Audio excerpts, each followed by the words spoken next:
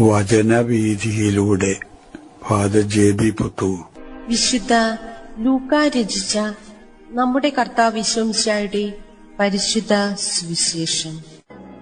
അധ്യായം 1, 26 മുതൽ 38 വരെയുള്ള വാക്യങ്ങൾ.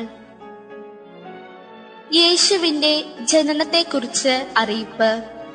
6-ാം മാസം ഗബ്രിയേൽ ദൂതൻ ഗലീലിയിൽ നസ്രത്ത് എന്ന പട്ടണത്തിൽ ദാവീദിന്റെ വംശത്തിൽപ്പെട്ട ജോസഫ് എന്നു പേരായ പുരുഷനുമായി വിവാഹ നിശ്ചയം ചെയ്തിരുന്ന കന്യകയുടെ അടുത്തേക്ക് ദൈവത്താൽ അയക്കപ്പെട്ടു.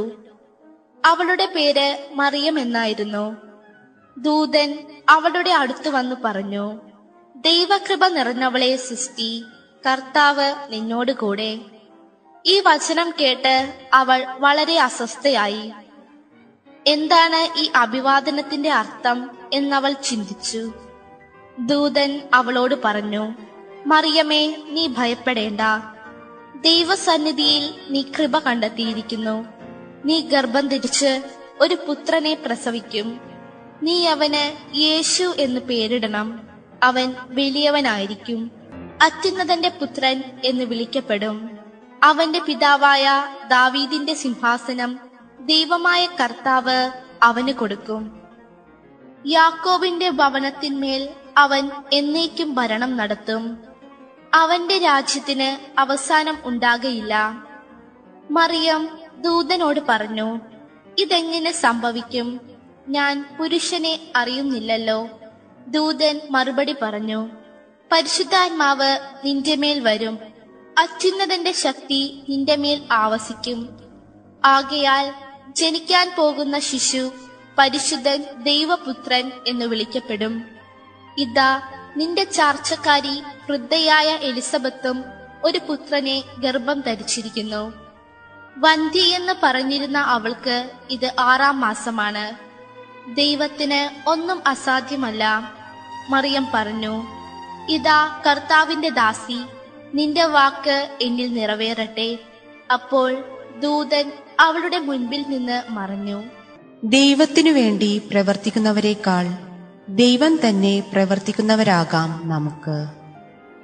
മനസാക്ഷിയുടെ സ്വരമനുസരിച്ച് നല്ല ജീവിതം നയിക്കുന്ന ആരോട് ചോദിച്ചാലും അവരുടെ ജീവിതത്തിലെ അവര് അനുവർത്തിക്കുന്ന നല്ല കാര്യങ്ങളെപ്പറ്റി അവർ പറയും. ദൈവത്തിനു വേണ്ടിയാണ്, ദൈവത്തെ പ്രതിയാണ് ഞാനിതൊക്കെ ചെയ്യുന്നത്. പ്രാർത്ഥനയാകട്ടെ, പരസ്നേഹ പ്രവൃത്തികളാകട്ടെ, ജീവിതത്തിന്റെ അനുഭവിക്കാൻ ഇടവരുന്ന ക്ലേശങ്ങളാകട്ടെ, സുഖക്കേടുകൾ നിമിത്തമുണ്ടാകുന്ന ബുദ്ധിമുട്ടുകളാകട്ടെ, ജീവിതഭാരങ്ങളാകട്ടെ, ഒക്കെ ദൈവത്തെ പ്രതിയാണ് ഇത് ചെയ്യുന്നത് എന്നായിരിക്കും നല്ല ആളുകളുടെ പ്രതികരണം. ഭർത്താവിന്റെ മർദ്ദനമേറ്റ് വിഷമിക്കുന്ന വീട്ടമ്മയും പറയും, ആ വീട്ടമ്മ സഹിക്കുന്നത് ദൈവത്തെ പ്രതിയാണ് എന്ന് പറയും. അതിൽ രസകരമായ വസ്തുത, ഭാര്യയെ മർദ്ദിക്കുന്ന ഭർത്താവും പറയുക, ദൈവമെന്ന് പ്രത്യക്ഷത്തിലൊന്നും ഭർത്താവ് പറഞ്ഞില്ല എന്ന് വരികിൽ തന്നെ ആ സമയത്ത് അവളുടെ സംസാരവും അവളുടെ പ്രവർത്തനവും കണ്ടാൽ ഇതാണ് ചെയ്യേണ്ടത്, ഇത് ചെയ്യുന്നതാണ് ശരി എന്ന് തോന്നിയുകൊണ്ടാണ് അങ്ങനെ ചെയ്ത് എന്ന ഒരു തരം ന്യായീകരണം, ആ ന്യായീകരണത്തിന്റെ പുറകിലുള്ള ശരിയെന്ന് തോന്നുന്ന ഒരു അഭിപ്രായ പ്രകടനം അവിടെ നിഴലിക്കുന്നതായിട്ട് കാണാം. എല്ലാറ്റിന്റെയും വലിയ ശരി ദൈവമായതുകൊണ്ട് ഈ പ്രവർത്തനം ശരിയാണ് എന്ന് പറയുമ്പോൾ പരോക്ഷമായിട്ട് ദൈവത്തെ പ്രതി, ശരികളുടെ പ്രതി ഞാനത് ചെയ്യുന്നു എന്നാണ് അതിന്റെ ധ്വനി. എന്നല്ല, ലോകത്തിൽ ഇന്നേ വരെ ഉണ്ടായിട്ടുള്ള യുദ്ധങ്ങളൊക്കെ ദൈവത്തെ സംരക്ഷിക്കാൻ വേണ്ടി, ദൈവത്തിനെ സഹായിക്കാൻ വേണ്ടി എന്ന രീതിയിലാണ് ഉണ്ടായിട്ടുള്ളത്. കുരിശുദ്ധാകട്ടെ, സമരങ്ങളാകട്ടെ, അടിപൊളികളാകട്ടെ, എല്ലാം ദൈവത്തെ സംരക്ഷിക്കാൻ വേണ്ടി ഇറങ്ങിപ്പുറപ്പെടുന്ന വ്യക്തികളുടെ പ്രകടനം എന്ന രീതിയിലാണ് അത് അപഗ്രഥനം ചെയ്തു വരുമ്പോ മനസ്സിലാക്കാൻ ഇടവരുന്നത്. കൊട്ടേഷൻ സംഘത്തിൽ പ്രവർത്തിക്കുന്ന വ്യക്തികളും പരോക്ഷമായിട്ട് അവര് പറയുന്നത്, ഇന്നത്തെ സാഹചര്യത്തിൽ എന്റേതായിട്ടുള്ള ചുറ്റുപാടിൽ ഞാൻ ചെയ്തത് ശരിയാണ് എന്നതാണ് എന്റെ ധാരണ. അപ്പോൾ ശരികളുടെ ശരിയായിട്ടുള്ള ദൈവവും അവിടെ പരോക്ഷമായിട്ട് വരുന്നു. ദൈവമൊന്നൊന്നും അവരുടെ സംസാരത്തിൽ വന്നില്ലെങ്കിൽ തന്നെ ഇവിടെ ഒരു ചോദ്യം സ്വാഭാവികമായിട്ട് നമ്മുടെ മനസ്സിൽ ഉദിക്കാം. ഈ ദൈവം എന്ന് പറയുന്ന വ്യക്തി ഇത്രയും നിസ്സഹായനാണോ? ഇത്രയും ദുർബലനാണോ? നമ്മുടെ സംരക്ഷണവും നമ്മുടെ സഹായവും ആവശ്യമാകുന്ന ഒരു സ്ഥിതിവിശേഷത്തിലാണോ ദൈവം? അല്ലെങ്കിൽ നമ്മുടെ ത്യാഗം അനുഭവിച്ച് അല്ലെങ്കിൽ കണ്ടറിഞ്ഞ് അത് സന്തോഷിക്കുന്ന ഒരു വ്യക്തിയാണോ ദൈവം? ദൈവത്തെ പ്രതി സഹിക്കുന്നു, ദൈവത്തെ പ്രതി ഞാൻ ഇതൊക്കെ ചെയ്യുന്നു. ഈ ദൈവം ഇത്തരത്തിലുള്ള ഒരുവനാണോ? സുബോധമുള്ള ഒരു വ്യക്തിക്ക് മനസ്സിലാകും ദൈവം അത്തരത്തിലുള്ള ഒരു വ്യക്തിയല്ല.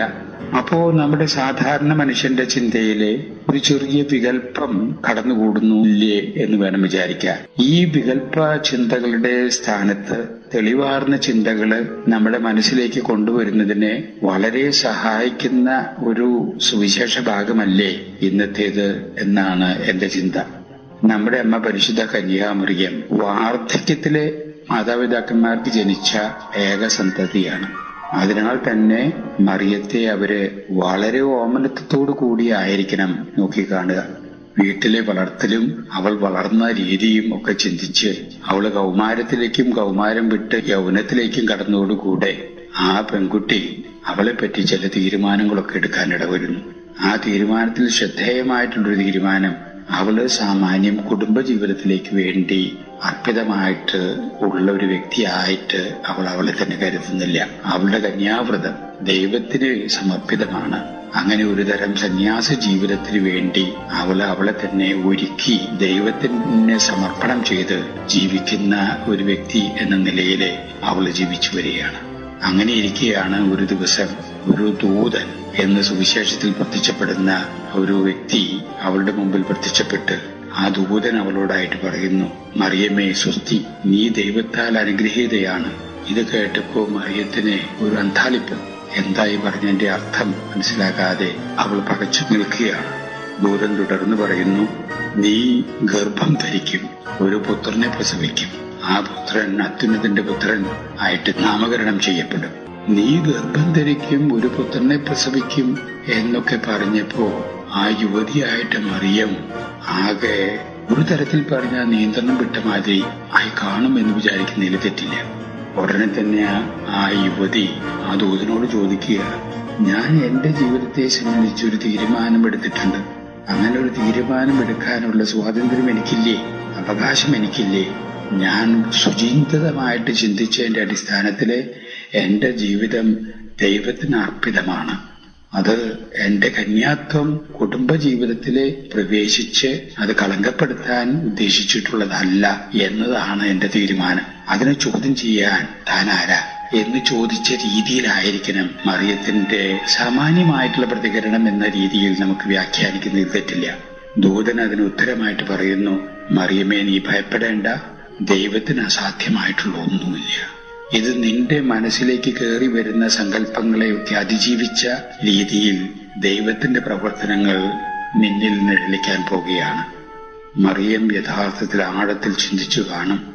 ആ ചിന്തയിൽ നിന്നുണർന്ന മറിയം ഇവിടെ വലിയൊരു മനസ്സിന്റെ പരിവർത്തനത്തിന് വിധേയമാകുന്നതായിട്ടാണ് നാം കാണുന്നത്. അതുവരെ മറിയം എല്ലാം തന്നെ ദൈവത്തിന് വേണ്ടി ചെയ്തിരുന്ന ഒരു സ്ത്രീയായിരുന്നു എന്ന് വരികിൽ ഈ ചിന്തയിൽ നിന്ന് ഉണർന്ന മറിയം വളരെ വ്യത്യാസപ്പെട്ട വ്യക്തിയായിട്ടാണ് തീരുന്നത്. ഞാൻ ദൈവത്തിന് വേണ്ടി തീരുമാനിച്ചു ഉറപ്പിച്ചിട്ടുള്ള കാര്യങ്ങളല്ല ഇനി ഞാൻ ചെയ്യാൻ പോകുന്നത്. ദൈവത്തിന്റെ കാര്യങ്ങൾ എന്നിൽ നടക്കട്ടെ, ദൈവം എന്നിൽ പ്രവർത്തിക്കട്ടെ. ഞാൻ ദൈവത്തിന് വേണ്ടി തീരുമാനിച്ചിട്ടുള്ള കാര്യങ്ങളെക്കാൾ പ്രാധാന്യമുള്ളത് ദൈവത്തിന്റെ കാര്യങ്ങൾ ദൈവം തന്നെ എന്നിൽ പ്രവർത്തിക്കണം. അങ്ങനെ പ്രവർത്തിക്കാൻ ഇടവരുന്ന ഒരു സാഹചര്യമാണ് ഇതെന്ന് ഞാൻ മനസ്സിലാക്കിയതിന്റെ അടിസ്ഥാനത്തിൽ മറിയം ആത്മാർത്ഥമായിട്ട് പറയുന്നു, ദൈവമേ നിന്റെ ഇഷ്ടം പോലെ സംഭവിക്കട്ടെ. ഇവിടെ മനസ്സിന് വലിയൊരു പരിവർത്തനം മറിയത്തിൽ കാണുകയാണ്. ദൈവത്തിന് വേണ്ടി പ്രവർത്തിക്കുന്ന ഒരു വ്യക്തി ദൈവത്തെ തന്റെ ജീവിതത്തിലേക്ക് ക്ഷണിച്ചു വരുത്തി പ്രവർത്തിക്കാൻ വേണ്ടി അവസരം കൊടുക്കുന്ന ഒരു വ്യക്തിയായിട്ട് മാറുന്നു. അതിന് തന്നെ ദൈവത്തിനെ വിട്ടുകൊടുക്കുന്നു. ഇനി മറിയമല്ല മറിയത്തിൽ പ്രവർത്തിക്കുന്നത്, ദൈവമാണ് മറിയത്തിൽ പ്രവർത്തിക്കുന്നത്. ഇതാണ് ആ മനസ്സിന്റെ പരിവർത്തനം. ഈ പരിവർത്തനം വന്നതിന്റെ അടിസ്ഥാനത്തിലും കൂടി ആകില്ലേ എന്ന് ഞാൻ ബലമായി സംശയിക്കുന്നു.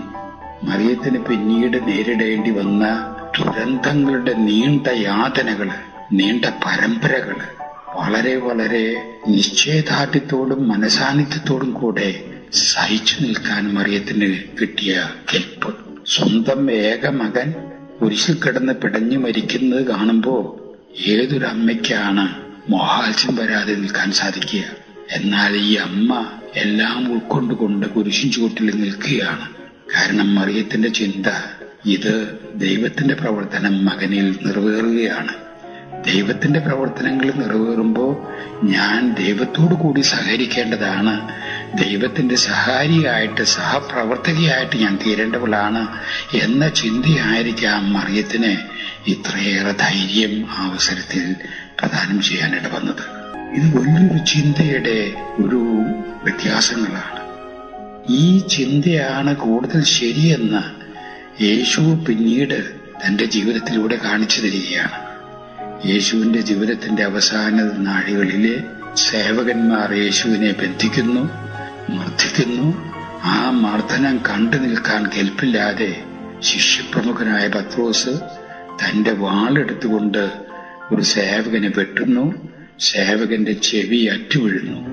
ഇത് കണ്ട യേശു ശമയോനെ വിളിച്ചു പറയുന്നു, ശമോനെ, നിന്റെ വാള് നിന്റെ ഉറയിലിടുക. എന്നെ ശത്രുക്കളിൽ നിന്ന് രക്ഷിക്കാൻ എന്റെ പിതാവ് ആഗ്രഹിക്കുന്നുവെങ്കിൽ ക്ഷണനേരം കൊണ്ട് 12-ലേറെ വ്യൂഹം മാലാഖമാരെ അയച്ച് എന്നെ രക്ഷിക്കയില്ലെന്നാണോ നീ കരുതുന്നത്? നിന്റെ വെട്ടും കുത്തൊന്നും എനിക്ക് ആവശ്യമില്ല എന്ന് പറയുന്നതിന്റെ ഒരു ധ്വനിയല്ലേ യേശുവിന്റെ വാക്കുകളിൽ നിന്ന് നാം മനസ്സിലാക്കുക. യേശു ഓശാന ഞായറാഴ്ച ജെറൂസലേം ദേവാലയത്തിൽ ആധികാരികമായിട്ട് പ്രവേശിക്കുന്ന അവസരത്തിൽ ജനങ്ങൾ ഒന്നടങ്കം ഓശാന എന്ന കീർത്തനങ്ങൾ ആലപിച്ചുകൊണ്ട് സ്തുതിഗീതങ്ങൾ ആലപിച്ചപ്പോൾ അവിടെ ഉണ്ടായിരുന്ന ഫരീസയരിൽ അവർക്ക് അതൃപ്തിയും രോഷവും വന്നപ്പോൾ യേശു അത് കണ്ടിട്ട് എല്ലാവരോടുമായിട്ട് പറയുന്നു, ഇത് ജനങ്ങൾ ഓശാന വിളിക്കേണ്ട സമയമാണ്. ജനങ്ങൾ അത് നിർവഹിച്ചില്ലെങ്കിൽ ഈ തെരുവിലെ കല്ലുകൾക്ക് പോലും ജീവൻ നൽകിക്കൊണ്ട് ഓശാന പാടാൻ, അവർക്ക് ജീവൻ നൽകാൻ എന്റെ പിതാവിന് ശക്തിയുണ്ടെന്ന് നിങ്ങൾ മനസ്സിലാക്കുവിൻ എന്ന് പറയുന്നതിന്റെ പൊരുള് നിങ്ങളുടെ ജൈവിളിയും നിങ്ങളുടെ സമരവും അട്ടഹാസവും ഒന്നും അല്ല ഞാൻ നോക്കിയിരിക്കുന്നത്. അതിനെയൊക്കെ അതിജീവിക്കുന്ന യഥാർത്ഥത്തിൽ ഒരു ചിന്തയുടെ പ്രതീകമാണ് ഇവിടെ അന്വർത്ഥമാകുന്നത് എന്ന ധ്വനിയല്ലേ യേശു നമ്മുടെ മുമ്പിൽ കാഴ്ചവെക്കുന്നത്. യേശു പീഡാസഹനത്തിന്റെ ആ നീണ്ട നാളുകളിൽ കുരിശുമേന്തി ജെറൂസലേം ഗാഗുൽത്താമ ലക്ഷ്യമാക്കി പോകുന്ന അവസരത്തിൽ തെരുവീതിയിലെ 2 ഓരങ്ങളിൽ നിന്നിരുന്ന സ്ത്രീജനങ്ങൾ യേശുവിനെ ആശ്വസിപ്പിക്കാൻ തത്രപ്പാട് കാണിക്കുന്നത് കണ്ടപ്പോ യേശു അവരോട് പറയുന്നു, ജെറൂസലേം പുത്രിമാരെ, നിങ്ങൾ എന്നെ പറ്റി കരയേണ്ട. നിങ്ങൾ കരയേണ്ടത് നിങ്ങളെപ്പറ്റിയും നിങ്ങളുടെ സന്തതികളെ പറ്റിയും ഓർത്ത് കരയുവിൻ എന്ന് പറയുന്നതിന്റെ ധ്വനി നിങ്ങളുടെ കരച്ചിലും നിങ്ങളുടെ സ്വാന്തനങ്ങളും ഏറ്റുവാങ്ങാൻ വേണ്ടിയല്ല ഞാൻ ഈ നടക്കുന്നത്. യേശുവിനെ ബന്ധിക്കാൻ വേണ്ടി ഗെത്സമേൻ തോട്ടത്തിൽ പട്ടാളക്കാർ എത്തിയപ്പോ നിങ്ങൾ ആരെയാണ് അന്വേഷിക്കുന്നത്? നസ്രായനായ യേശുവിനെയാണ് അന്വേഷിക്കുന്നതെന്ന് പറഞ്ഞപ്പോ നസ്രായനായ യേശു ഞാൻ തന്നെയാണെന്ന് പറഞ്ഞപ്പോ പട്ടാളക്കാർ ഒന്നടങ്കം അവിടെ നിലം പൊത്തി എന്നാണ് സുവിശേഷത്തിൽ നാം വായിക്കുന്നത്. അവരെയൊക്കെ എഴുന്നേൽപ്പിച്ചുകൊണ്ട് യേശു തന്നെ വിട്ടുകൊടുക്കുന്നതായിട്ടാണ് നമ്മൾ കാണുന്നത്. നമ്മുടെ ആരുടെയും മോശാരോ നമ്മുടെ ആരുടെയും ഒരു സഹായമോ ആ അർത്ഥത്തിൽ പറഞ്ഞാൽ യേശുവിന് ആവശ്യമില്ല. യേശുവിനെ എങ്ങനെയാണ് പ്രവർത്തിക്കേണ്ടതെന്ന് യേശുവിനറിയാം. ദൈവത്തിന് നമ്മുടെ കൗൺസിലിംഗ് ആവശ്യമില്ല, നമ്മുടെ ഒത്താശ ആവശ്യമില്ല. ദൈവത്തിന് പ്രവർത്തിക്കേണ്ട വിധം ദൈവത്തിനറിയാം. അതിന് നമ്മുടെ റെക്കമെൻഡേഷൻ ആവശ്യമില്ല എന്നുള്ളതാണ് സത്യമായിട്ടുള്ള അവസ്ഥ എന്ന് നാം മനസ്സിലാക്കിയിട്ട് ദൈവത്തിന് നമ്മിൽ പ്രവർത്തിക്കാനുള്ള അവസരം നമ്മൾ വിട്ടുകൊടുക്കുക എന്നുള്ളതാണ് നമുക്ക് കരണീയമായിട്ടുള്ളത് എന്നാണ് നാം മനസ്സിലാക്കേണ്ടത്. ഈ സത്യം ഗ്രഹിച്ച പൗലോസ് പറയുന്നു, ഞാൻ യേശുവിന് വേണ്ടി പ്രവർത്തിക്കുന്ന മനുഷ്യനാണ് എന്നതിന് പകരം യേശുവാണ് എന്നിൽ പ്രവർത്തിക്കുന്നത് എന്നാണ് പൗലോസ് പ്രഖ്യാപിക്കുന്നത്. അതിന്റെ ചിന്താരീതിയിലുള്ള വ്യത്യാസം വളരെ വളരെ പ്രകടിതമായ രീതിയിൽ വിശുദ്ധ പൗലോസിനെ നമുക്ക് കാണാൻ സാധിക്കും. യേശു എന്നിൽ പ്രവർത്തിക്കുന്നു. ഇനി ഞാനല്ല പ്രവർത്തിക്കുന്നത്, യേശുവാണ് എന്നിൽ പ്രവർത്തിക്കുന്നത്. അങ്ങനെ യേശു പ്രവർത്തിക്കുമ്പോൾ യഥാർത്ഥത്തിൽ എനിക്കുണ്ടാകുന്ന ക്ലേശങ്ങള്, എനിക്കുണ്ടാകുന്ന വിഷമങ്ങള്, ആ വിഷമങ്ങള് പരിഹരിക്കേണ്ടതാണെങ്കിൽ അത് പരിഹരിക്കപ്പെടും. അതിന് ഞാൻ ആകുലചിത്തനായിട്ട് കാര്യമില്ല.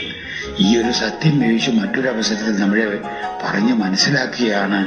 മക്കളെ, നിങ്ങൾ ആകുലചിത്തരാകേണ്ട. നിങ്ങൾക്ക് എന്ത് ഭക്ഷിക്കണം, എന്ത് നിങ്ങൾ ധരിക്കണം, എവിടെ നിങ്ങൾ പാർക്കണം എന്നതിനെ സംബന്ധിച്ചൊന്നും അതിയായ ആകുലചിന്ത നിങ്ങൾക്ക് വേണ്ട. നിങ്ങൾക്ക് ജീവൻ തന്നവനെ അറിയാം. നിങ്ങളുടെ ജീവിതത്തിന് ആവശ്യമുള്ള വസ്തുതകൾ നിങ്ങൾക്ക് ആവശ്യമുണ്ടെന്ന്.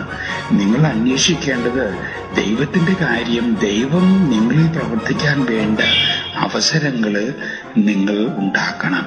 ദൈവം നിങ്ങളിൽ പ്രവർത്തിക്കുന്നതിന് നിങ്ങളെ തന്നെ വിട്ടുകൊടുക്കാൻ നിങ്ങൾ തയ്യാറാകണം. എങ്കിൽ എല്ലാം ശുഭകരമായിട്ട് നീങ്ങും, എല്ലാം നന്മയ്ക്കായിട്ട് ഭവിക്കും എന്ന സത്യം യേശു നമ്മളെ പഠിപ്പിക്കുന്നു. പിന്നീട് അപ്പോൾ ദൈവത്തിന്റെ അമ്മയായിട്ട് തിരഞ്ഞെടുക്കപ്പെടാൻ വേണ്ടി നിയുക്തിയായിട്ടുള്ള ആ മാതാവ് മറിയം താൻ ഏറ്റവും പ്രധാനമായിട്ട് കാര്യമായിട്ട് കരുതിയിരുന്ന കന്യാത്വം അല്ലെങ്കിൽ കുടുംബജീവിതം ഉപേക്ഷിക്കുക എന്ന് പറയുന്ന ആ തീരുമാനം അവിടെ വെച്ച് അവസാനിപ്പിച്ച് ദൈവത്തിന്റെ ഇഷ്ടത്തിന് വേണ്ടി തന്നെ വിട്ടുകൊടുക്കുക എന്നുള്ളതാണ് മറിയത്തിൻ്റെതായിട്ടുള്ള ഏറ്റവും ശ്രേഷ്ഠകരമായിട്ടുള്ള ആത്മീയത എന്ന് വേണം മനസ്സിലാക്കാൻ. ഈ ആത്മീയ ദർശനമാണ് നാം സ്വാംശീകരിച്ചെടുക്കേണ്ടത്. ക്രിസ്മസിനെ ഒരുങ്ങുന്ന നമ്മളെ സംബന്ധിച്ചിടത്തോളം മറിയത്തിന്റെ ഈ ആത്മീയ ദർശനം, ദൈവം നമ്മൾ പ്രവർത്തിക്കട്ടെ, നാം ദൈവത്തിന്റെ ഉപകരണമായാൽ മതി, ദൈവത്തിന്റെ സഹായികളായാൽ മതി, ദൈവത്തിന്റെ സഹപ്രവർത്തകരായാൽ മതി. ദൈവമാണ് നമ്മളിലൂടെ പ്രവർത്തിക്കേണ്ടത്. അതുകൊണ്ട് ആകുല ചിന്ത ഒരു പരിധിയിൽ കവിഞ്ഞ് ബദ്ധപ്പാടുകളും ബേജാറുകളും നമ്മുടെ ജീവിതത്തിന് പ്രസക്തമല്ല എന്ന് നമ്മളെ ധരിപ്പിക്കുകയാണ് ഇന്നത്തെ സുവിശേഷം എന്ന് വേണം മനസ്സിലാക്കാൻ.